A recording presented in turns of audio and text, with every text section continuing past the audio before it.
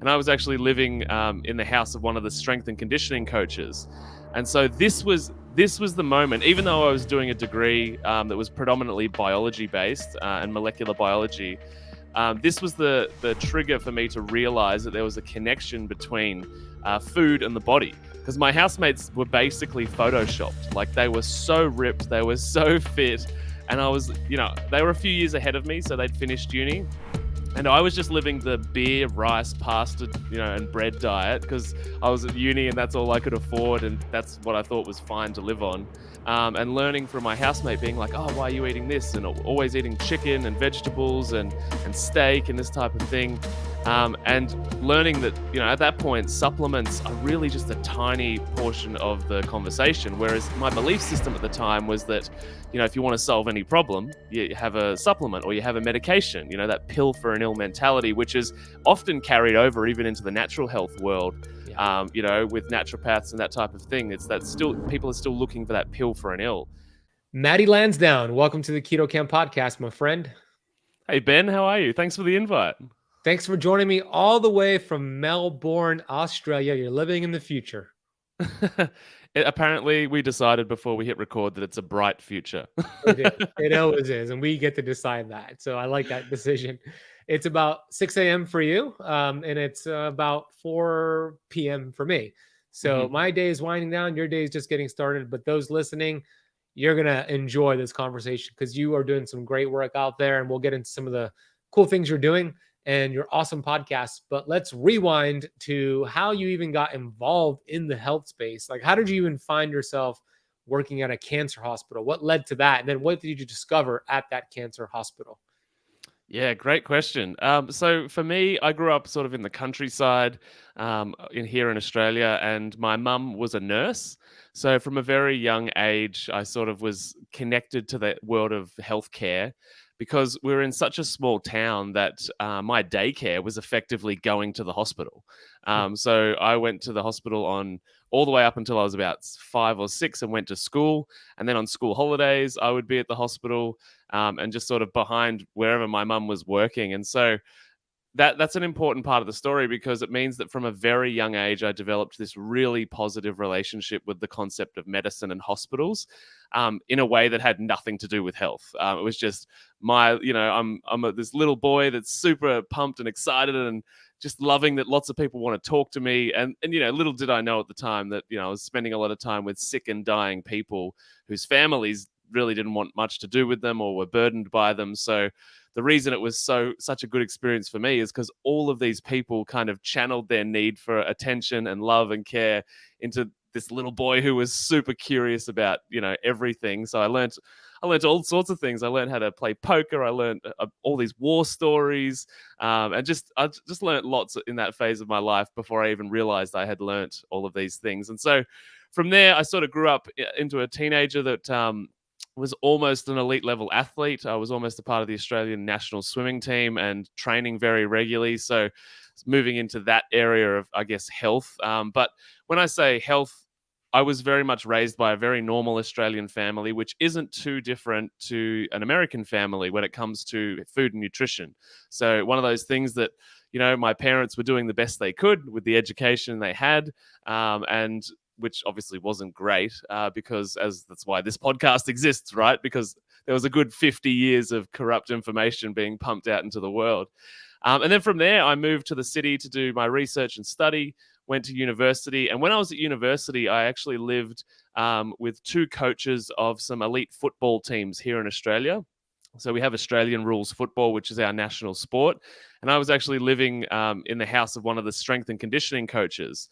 And so this was the moment, even though I was doing a degree that was predominantly biology based and molecular biology, this was the trigger for me to realize that there was a connection between food and the body. Because my housemates were basically photoshopped. Like, they were so ripped, they were so fit. And I was, they were a few years ahead of me, so they'd finished uni.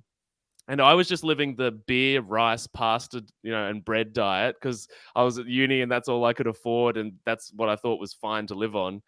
And so I started going to supplement lectures at the football club, and learning from my housemate, being like, "Oh, why are you eating this?" And always eating chicken and vegetables and steak and this type of thing, and learning that, at that point, supplements are really just a tiny portion of the conversation. Whereas my belief system at the time was that, if you want to solve any problem, you have a supplement or you have a medication. That pill for an ill mentality, which is often carried over even into the natural health world. Yeah. With naturopaths and that type of thing, it's that still people are still looking for that pill for an ill. And so anyway, I graduate with that kind of knowledge and around some very elite Australian athletes, and that kind of just triggered this interest. And then I did an honours degree in nutritional epigenetics in regards to lipid metabolism.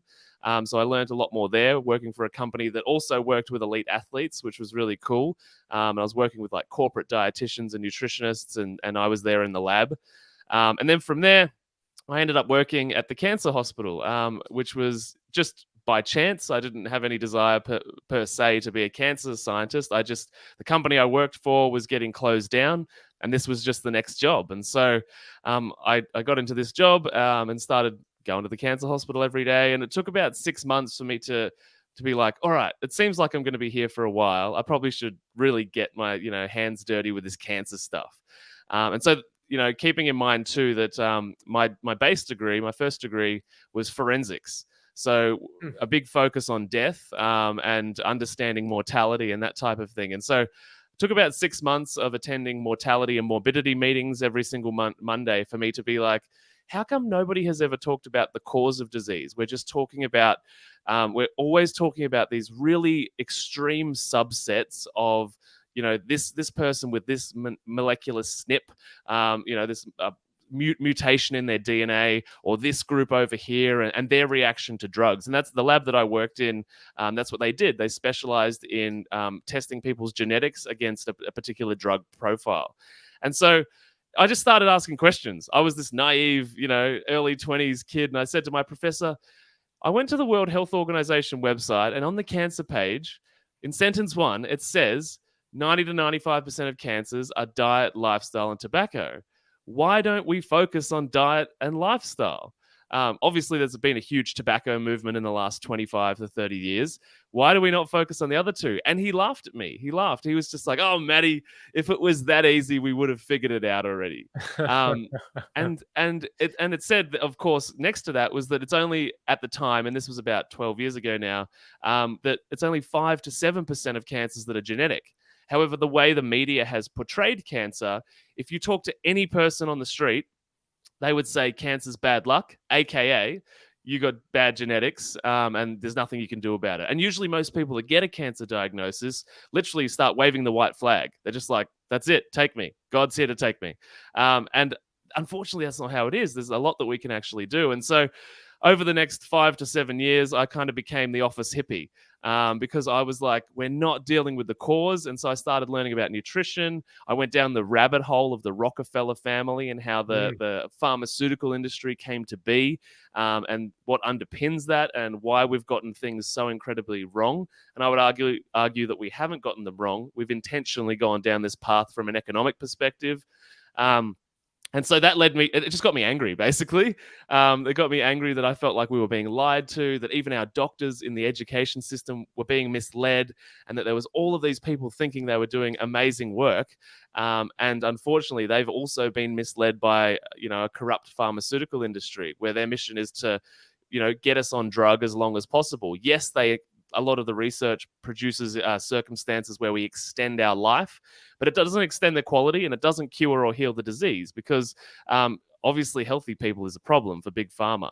Now, I'm not someone to beat up on capitalism, because I think a lot of natural health professionals say, damn big pharma and their profits. And it's like, hang on, aren't you trying to make a profit too? We're all trying to make a profit, right? So I really think there needs to be an alternative that is economically incentivized for healthy people to flourish. And currently that doesn't exist. But yeah, this situation just fired me up over the years, and I started doing lectures outside of the hospital. It was bizarre. I would work in the hospital in the day, and then at night I would go and do a lecture on how there's 6,000 studies of turmeric and cancer, or ginger and cancer, and then I'd come back the next day and talk drugs. So it was a bizarre scenario. And then I got a nutrition degree, a clinical nutrition degree to start working with people. And because of my frustration, I started my podcast, How to Not Get Sick and Die, because and I named it that, one, because people laughed and I want health conversations to be fun and light and exciting. But two, like, it's so much easier to not get sick and die than people think. There's not heaps of bad luck out there waiting to come and get you, especially in the privileged world of Western countries that are probably listening to this show, right? There's a lot we can do. And so, yeah, then I started my business and working with people, and just on that journey of doing nutrition lectures. And I was fortunate enough to speak in multiple countries at retreats and conferences. I realized that people like loved the information, but they weren't changing. And I was like, okay, so I've gone from we believe that it's bad luck, and then I've gone from there to, oh, everybody needs to eat healthy, this is what you have to eat. And actually everybody already knew. I've actually never spoken to anybody that didn't know they needed to eat meat and vegetables. Every single person that's ever attended one of my lectures or talks or listens to the podcast, they already know that. And so then I was like, why is this not happening? And that's what led me to do what I do today, which is I really work with emotional eating, relationship with food, and the psychology of being healthy, which really is a personal development exercise that has nothing to do with food. Yeah, I love that. What a great story. Super inspiring. I love that you were thinking outside the box of conventional wisdom, going down the rabbit hole of Rockefeller and some of the history of, and it's very similar history in Australia as it is in America. We call it the standard American diet. SAD. It's standard Australian diet. Also Same. sad. Both are stupid and sad. Question for you. You said you studied lipid metabolism, and I'm curious, when you were studying that, did the training that you were learning back then cover, I'm sure it did, polyunsaturated fats, omega-6 fats? And if it did, was it saying PUFAs were good for you or bad for you? Bad for you. Interesting. Okay. Because here it's dietitians and nutritionists are taught that it's actually good for you. Yeah. Well, I mean, what I was studying at the time was more about how fast different lipids are utilized by athletes, because Got it. because the company that I was working for was creating specific powders that were like literally customized to your genetic profile. So it was about how quickly those fats enter the bloodstream and then are used by the mitochondria. And then based on that information, it would be like these lipids or these lipids or these lipids we would put into the powder so that obviously these athletes could perform better. Understood. Got it. That makes total sense. Yeah, I was just curious on the training on the PUFAs. Okay. And then when you were working at the hospital, I remember when I was studying for this, you were taking a survey of the people that were sick in the cancer hospital, and about 86% of them were overweight is what you found, right? Yeah, totally. So I was just at this point where I'd studied so much sort of outside of my job, in the sense that, like, general wellness, diet, and realized, of course, I found a photo from the 70s, and it was just a group of people on a beach. Like, there was probably hundreds of people in this photo, and that everyone was like in shape, not just like healthy weight, like in shape.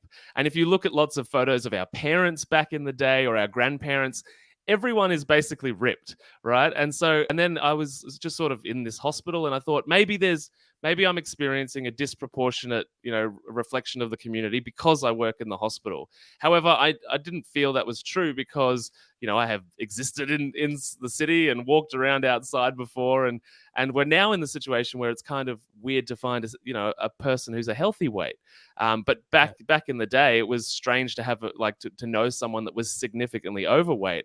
And so, looking through all this research that connected obesity as a precursor, or being overweight as a precursor to any of the diseases of civilization. And when I say that, I mean your diabetes, your cancer, your Alzheimer's, your dementia, all of these diseases that come as a result of overeating the wrong foods.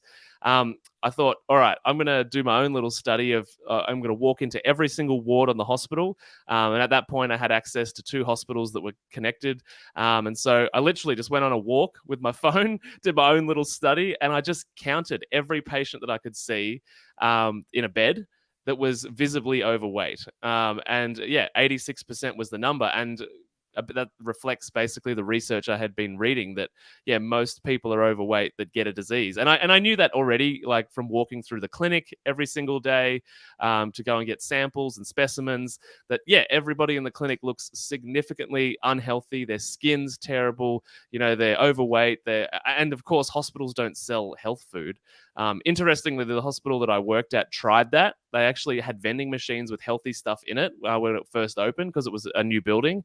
And it lasted about 6 months, because obviously they didn't generate any cash out of them. So, so they changed them. But yeah, so I just wanted to confirm to myself that like this overweight thing was real, and that it was a precursor, because solving being overweight is much easier than solving cancer. And so, you know, if we can fix the problem before the real problem, we're going to add years to our life. And not only that, we'll actually live the last 10, 20, 30 years of our life with quality and experience, and, you know, being present and able to keep up with the kids and your grandkids, rather than being, you know, yes, kept alive, but stuck in a chair or not going outside or doing all these things. So once I kind of proved that to myself, I was like, right, there's a lot of work to be done here in people's mindset, because everyone knows what to eat.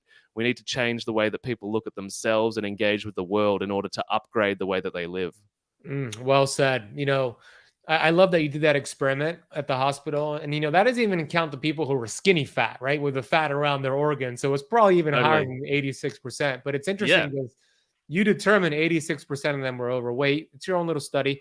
But then there's also a study that came out. I'm not sure if you saw it. It was in America, from the University of North Carolina, Chapel Hill, in 2018, that also did a study. I think there was about 8,000 people in the study looking at different metrics: blood pressure, A1C, on medication, off medication. And they found that 88% of American adults are metabolically unhealthy. It's very much in line with your Yeah.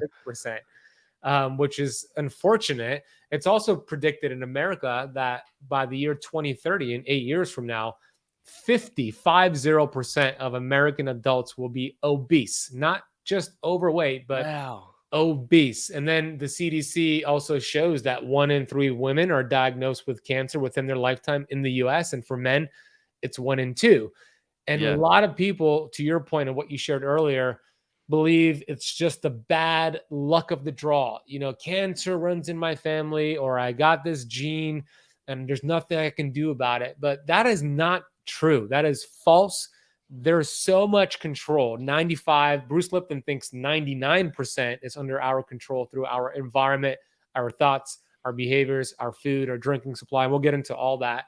But I love your approach, Matty, because how old are you? 32 years old? 30? Yep. Bang on. 32 years old.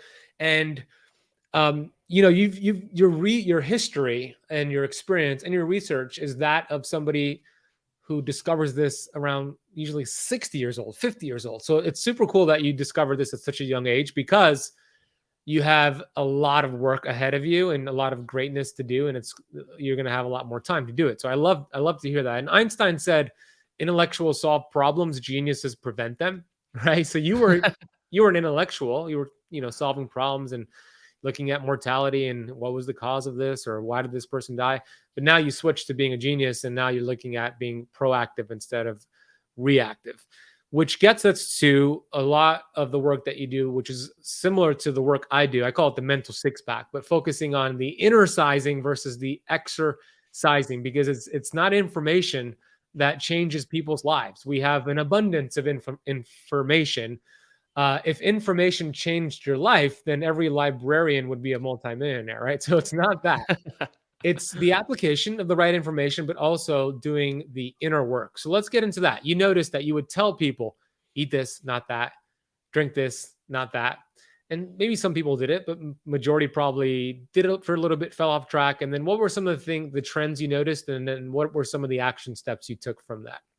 Yeah, sure. Firstly, thank you for those very kind words. I very much appreciate that. That has a lot to do with my very rebellious personality and not wanting to conform to the groups around me, but it's I led me in a get good that. direction. I get that. Well, the quote is conformity, or the opposite of courage is not. What's the quote? The opposite of courage is not cowardice; it is conformity. That's exactly like me. I agree. Totally, totally. Yeah, no. I saw a quote the other day actually that said that in a society that's fat, sick, and nearly dead, being healthy is a form of rebellion. So true. I like that. Right? I like that form of rebellion. I'm good with that. Yeah, me too. Me too. So to answer your question, there was a trigger moment for me where it was like I need to start building a program and a business that helps people because I did this presentation, and I forget what I was talking about, nutrients, supplements, something like that. And then after the talk, people were like thanking me and blah blah blah. And then somebody came over and said, "Matty," they'd waited till the very end till everybody was gone. They're like, "Matty, love the talk. I really want to talk about how we can work together. Let's go to the McDonald's across the road and have a conversation." And that was the moment that I was like, and I think he said like get dinner or get some food, and I was like, hang on, hang on. I literally just talked about this for like an hour and a half, and that was the Wow. moment that I realized I was like, I've got to do something. I've got to do something different because information, yeah, is not the transformational variable. And like you said, librarians would be geniuses. We'd all be healthy, sexy, rich because Google exists. You Yeah. know what I mean? We just We'd Google the all be information. celebrities and rock stars if that was the case. Yeah, totally. So I was like, all right, I'm gonna do this differently. And so I guess the thing that I was seeing and learning, which probably all of your listeners have experienced, is just people that have been on 10, 20, 30, 40 diets, and they're in a more unhealthy state than when they first began the journey. And yes, they might have had some, superficial results along the journey, lost a bit of weight here, lost a bit of weight here, got healthy. It was really, really hard. But, then once the wedding was over or once the event was over, I returned back to my old self. And so I was going on my own personal development journey and dealing with my own childhood trauma a lot in my 20s and spent a lot of time in therapy sorting my own shit out. And that journey and that information of actually going through it, like myself, really informs the work I do now because I'm not just a 32-year-old that thinks he's got all this life experience, and just I've read some books and I'm trying to share that information. I think emotionally you've got to go on that journey to really understand that it is challenging. And that you can't solve some of these deep problems in an 8-week course or a 10-week course. And I adopted the sort of tagline or the mantra, which a lot of podcast listeners and clients parrot back to me, which is one tweak a week. That's the way that I look at changing your diet and changing your lifestyle, is that if we jump too far out of the comfort zone, which is what happens on conventional diets that most people have been on way too many, you jump so far out of the comfort zone that your nervous system and your identity doesn't recognize the environment and therefore interprets it as unsafe and dangerous. And that's why people slingshot back into their old set of behaviors. So the idea of one tweak a week, both nutritionally and from an identity perspective, is that we step over the comfort zone line just one step at a time. We pick one thing and then we sort of master that. And then we move on to another thing. And then slowly a new lifestyle or way of showing up in the world is built.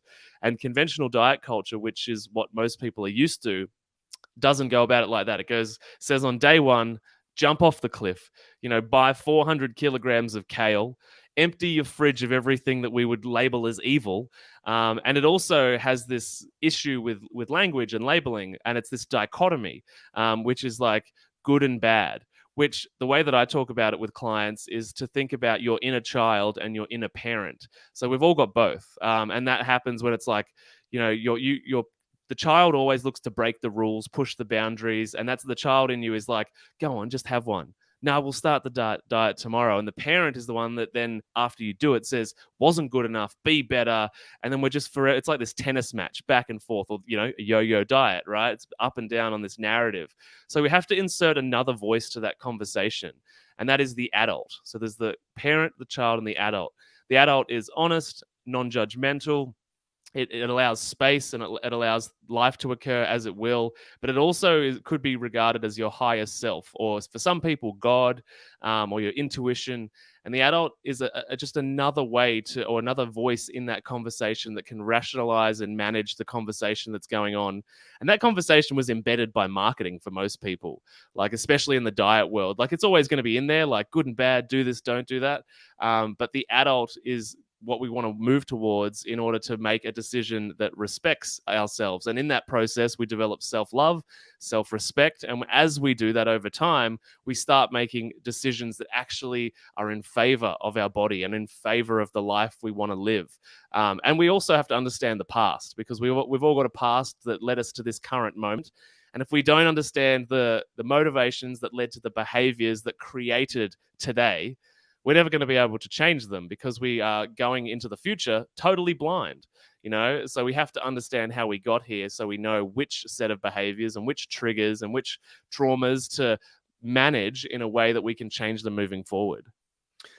Well said, my friend. I love the idea of one tweak a week. It's terrific. I'll take that I'll even add to that, because I always say small tweaks lead to giant peaks, right? So one tweak a week, small tweaks lead to giant peaks. So you could add that to the mix. And it's true. But it's not a popular approach, and people don't like to hear that, because we have this microwave thinking. Like, I want the magic pill. I want the magic diet. I want the weight loss now. I want the results now. And we've been programmed that way, as you know, from society. And when you tell them, hey, it can actually work that way. You have a set of habits in the subconscious mind, the paradigm, and we have to change the paradigm. And it doesn't happen overnight. It happens over a period of time. There's two ways to change the paradigm. If somebody doesn't know what the paradigm is, it's a multitude of habits that fire on autopilot, where you don't have to think about it. It's the subconscious mind running the show. I know you know this, but I'm sharing this for those who are listening. Totally. And there's only two ways to change it.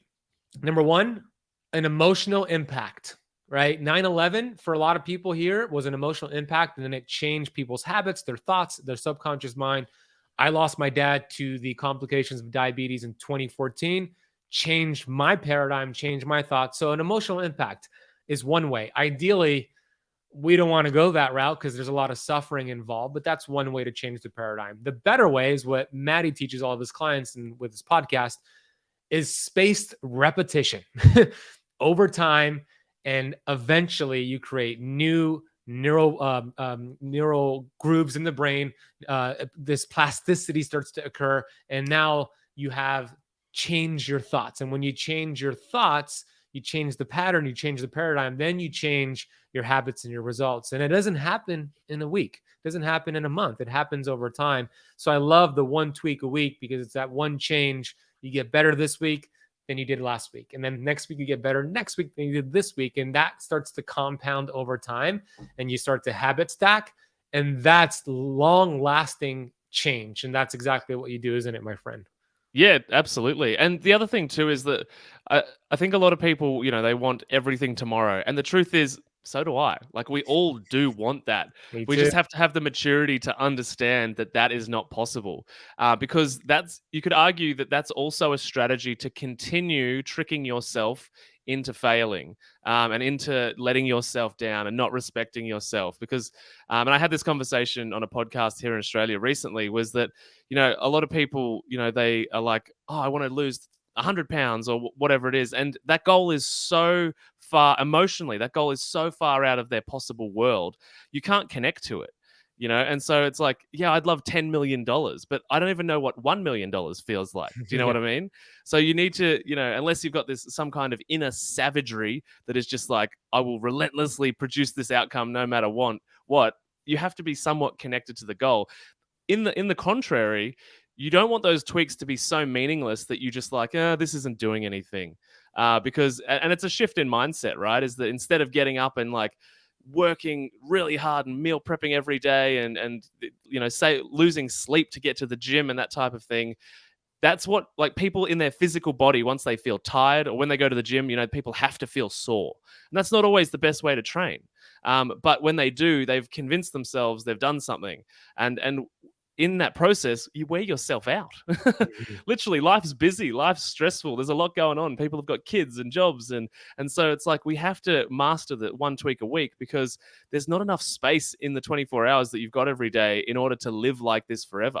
We're on these unsustainable transformations that, work short term, but don't work long term. So we have to make the tweak meaningful enough that it wants to be committed to every single day, but not too big that it's so far out of your comfort zone that it takes too much time, or it's too much of a change. But an important part of the way that I go about things, and this might be the same for you, Ben, is I get people like in week 1 of my program, we literally call it calibration week, which is like be normal you for a week and track everything. When I say track, we don't count calories, we don't weigh food, but track the emotions that you have when you eat, track the times you eat, the locations you eat. And with this information, we start building an awareness of the patterns we've got. And you were talking before about, how automated these patterns are. And for anybody that's ever driven a manual car, I often use that example. Yeah, in the beginning, it was like overwhelming. Like you had to change the gears, you had to look over your shoulder, look at all the mirrors, get the revs to the right point. And then a few years later, you could drive 100 miles and actually be asleep, basically, because it's so automated. So that process of going into the subconscious and pulling out the automated things that your conscious mind is not aware of, it's a process. And so with the clients I work with, what we do is we do that for a couple of weeks, because on week 1, people are they're being confronted with their own reality. They're just learning who they are for the first time. Processes that were embedded in the unconscious decades ago. And then week 2, we're finally aware of the process. So it's like, whether it's eating the chocolate or whatever the habit is, or managing stress in a poor way, like you start to catch yourself in it because you've pulled it out of the subconscious. So week 1 and 2 is a bit emotional. A lot of people get confronted by the things that they're actually doing that they didn't realize they were doing. And then week 2, we can start to see the pattern as it comes into our awareness. And then by week 3, we feel the trigger before the pattern has rolled out. And we have to get to that point before we can offer a 1 tweak a week alternative, because we need to know the anatomy of the habit, the anatomy of the system that is leading us to produce the results that we've currently got. Once we're there, conventional diet culture would have you think, just pretend triggers don't happen. Is like stress even a thing? And that's not the case. These triggers are always going to pop up, right? Yes, you can take the power out of some of the triggers and work through them. That's a couple of year experience, 5-10 years for some people, depending on what that is. So we need to know what the trigger is, what is the environment, what is the location, what is the emotional experience I'm having. Once you are literate in that part of yourself, only then can we successfully find an alternative tweak or change, or I call it a routine swap out. So the middle part of that anatomy of the habit, to start producing the emotional experience that makes us feel safe, secure, and certain once we know what's going on. Because if we don't know what's going on, we're just randomly trying things and we're not understanding which emotional purpose they serve in our day, other than I want to look good in a bikini, which rarely lasts very long. Mm-hmm. So you're telling me it's not as easy as just cutting your calories and moving more. I thought that was the way to lose weight, dude. It's funny you say that, because yesterday I listened to your Gary Taubes episode. So yeah, the Gary goes hard on that. I know. Yeah, we know that's not the case. I mean, we're not denying calories. They play a role, but it's a distraction. That's what it is. I love your approach. I think it's amazing, because what you're doing with your clients and your community, you're helping them become aware of that paradigm, that subconscious mind, because it's just running the show. And Neville Goddard, have you studied Neville Goddard's work at all? Or are you familiar with it? Not extensively, but I know who he is. Yeah, so he has a great quote. He said, "We are only limited by weakness of attention and poverty of imagination." So I want to relate that quote to what you're sharing here, and I actually have a slide. Let me see if I could pull this up. That's so relevant to the 2022 and social media. Oh my gosh, it is, dude.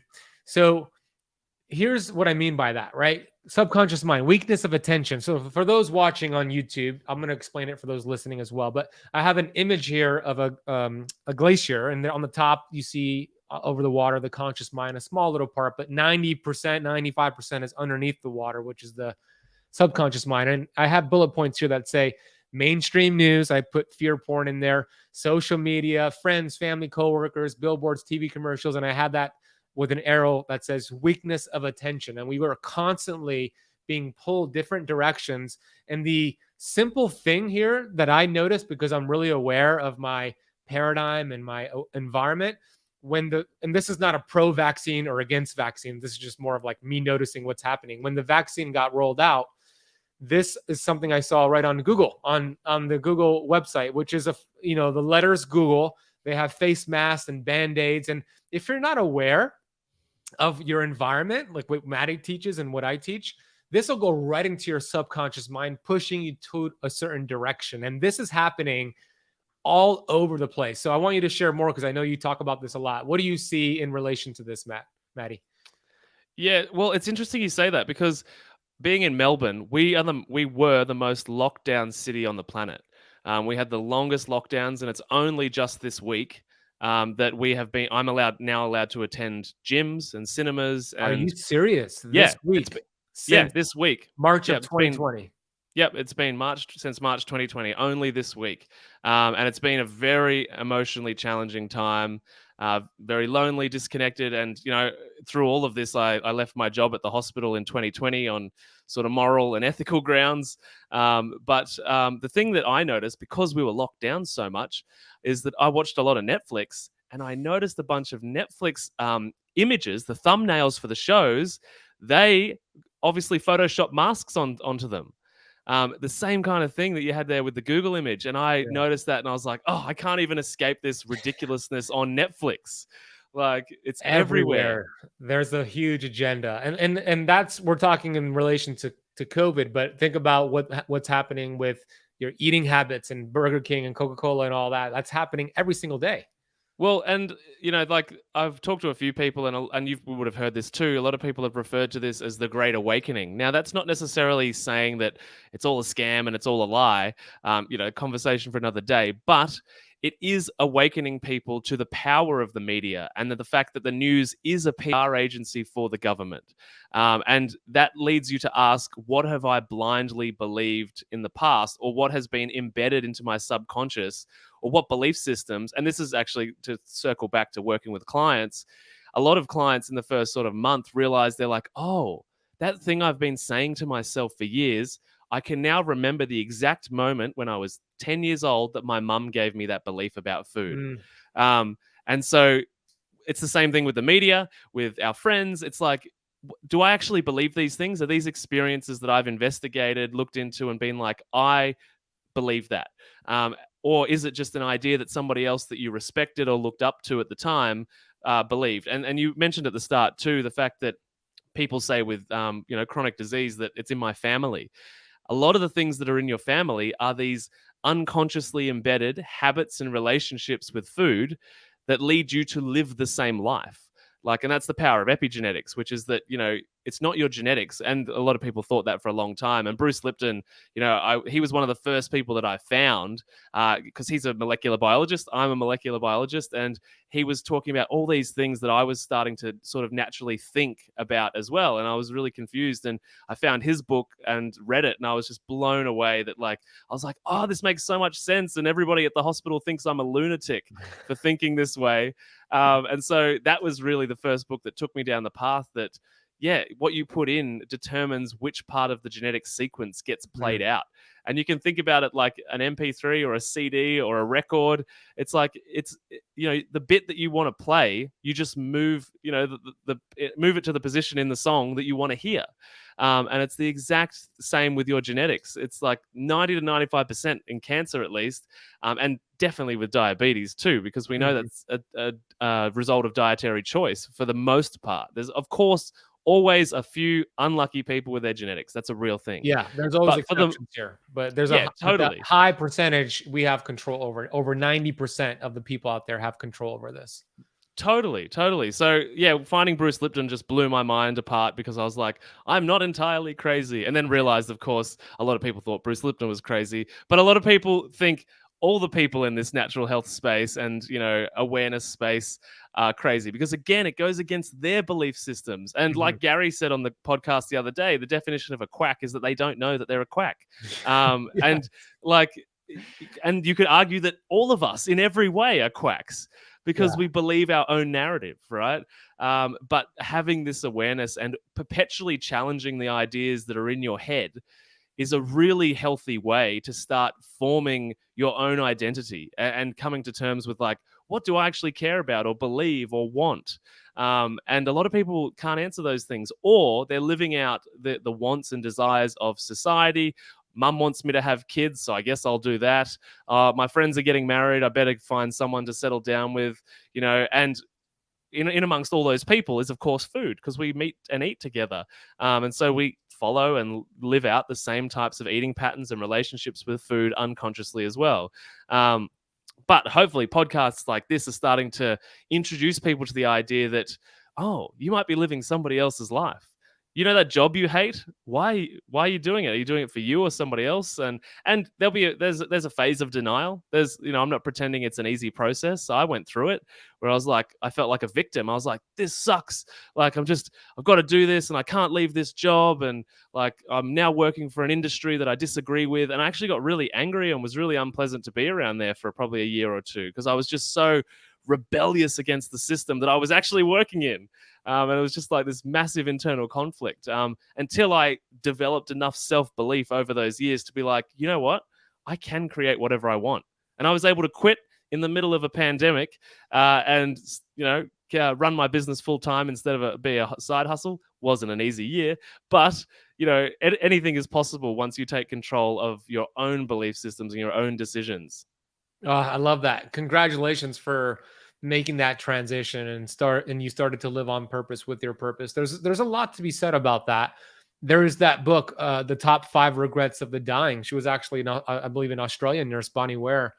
And the number one regret of people on their deathbed, very similar work to what you did, her work, was I lived my life according to what people expected of me, right? Like you said, my mom wanted me to have this job and be this doctor or be this lawyer. So I became that. So I lived the life of what others wanted me to be, what others expected me to be, instead of me being what I wanted to be, my purpose. And that was the number one regret of people on their deathbed.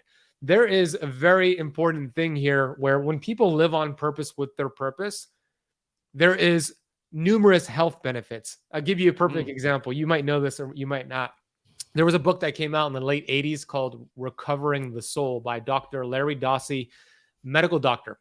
In the book, they determined they could predict when people have their first heart attack with 85% accuracy, meaning 85% of the time when people have their first heart attack in the United States, it's when this takes place. And it takes place Monday morning between 8 and 9 a.m. in the morning, when people are on their way to work, to a job that they hate. Their psychology affects their physiology, giving them a heart attack 85% of the time. And that is the impact of stress and not living on purpose with your purpose. So like what Matty teaches and what I teach is to stop following the crowd, start following your purpose. And Bruce Lipton has proven that your thoughts, when we have about 60,000 thoughts per day, and every single thought is a frequency that communicates with your DNA to produce proteins and stem cells. Your thoughts produce proteins and stem cells. And if it's a negative thought, like when you had, Matty, those thoughts of being angry and resentful and why is this happening? The proteins produced are inflammatory proteins, building up your body in an inflammatory way. But if it's a loving, grateful, abundant thought, the proteins produced are anti-inflammatory. And 60,000 thoughts per day means we have 60,000 opportunities to put the body in a healing state. Isn't that incredible, dude? Oh, it blows me away. And I guess as well, that for a while creates, like, in people, they're like, oh no, I have to think all positive thoughts.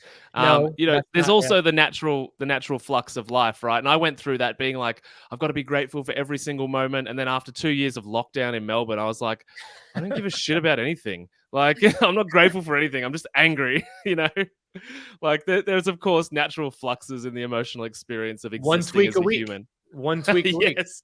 It's not, changing 60,000 thoughts in a day. It's 1 tweak a week, to your point. Yeah. Totally. But to bring this back to eating, something that just popped into mind is that a really important part of this process is permission. And that goes from the inflammatory proteins being produced from a stress response that you just talked about to them not being produced. Because when you know what your triggers are and which paths you might walk down with particular foods, now that that's in the conscious mind and you're aware of it, sometimes you can give yourself permission to enjoy the chocolate or enjoy the birthday cake, and know you've got an agreement with yourself, with your adult self on the other side, that at this moment we're gonna finish the chocolate and then we're gonna return to the way we were existing before. And it's just such a different approach. The amount of people that have been through my programs that say that bit alone meant that I didn't fall off the bandwagon. Because usually people leverage those moments to beat themselves up, to sabotage their success, and permanently fall off the bandwagon. And you find that you eat less, that you enjoy it more, and that you're able to return to that state of health. And therefore, these foods that you enjoy don't have to be eradicated forever. It's different, of course, in the case of extreme sugar addicts that actually have a serious challenge regulating that stuff.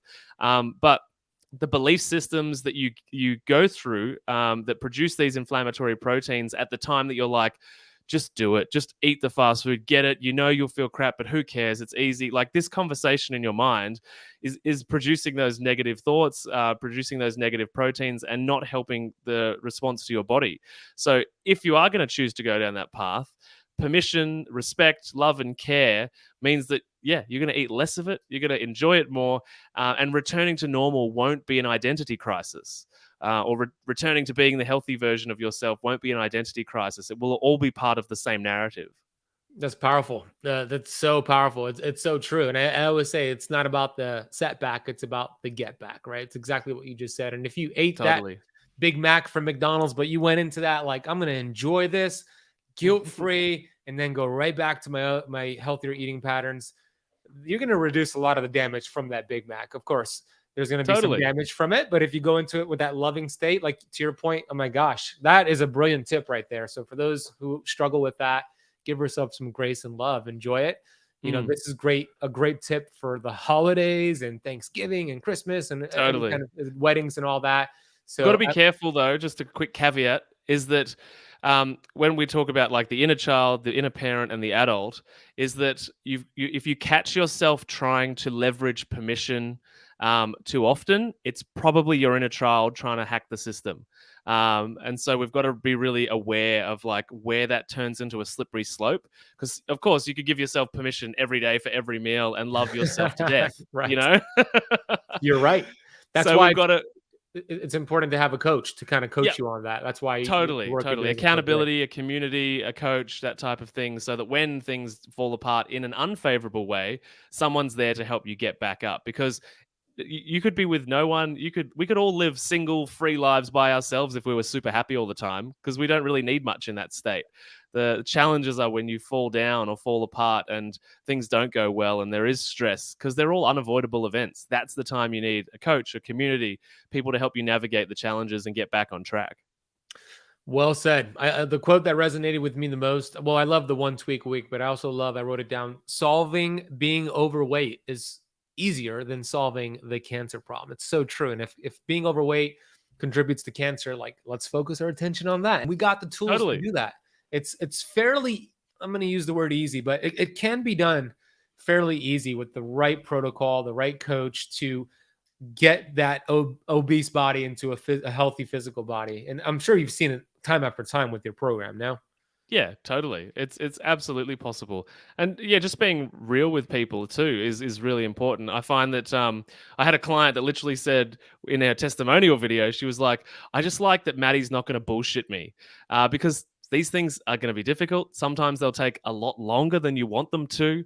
And I'm trying to be the anti-diet out here. I'm trying to be like, here's what's really going to happen. And most people are like, I've actually intuitively known all of this. I just wish that it wasn't true for 35 years.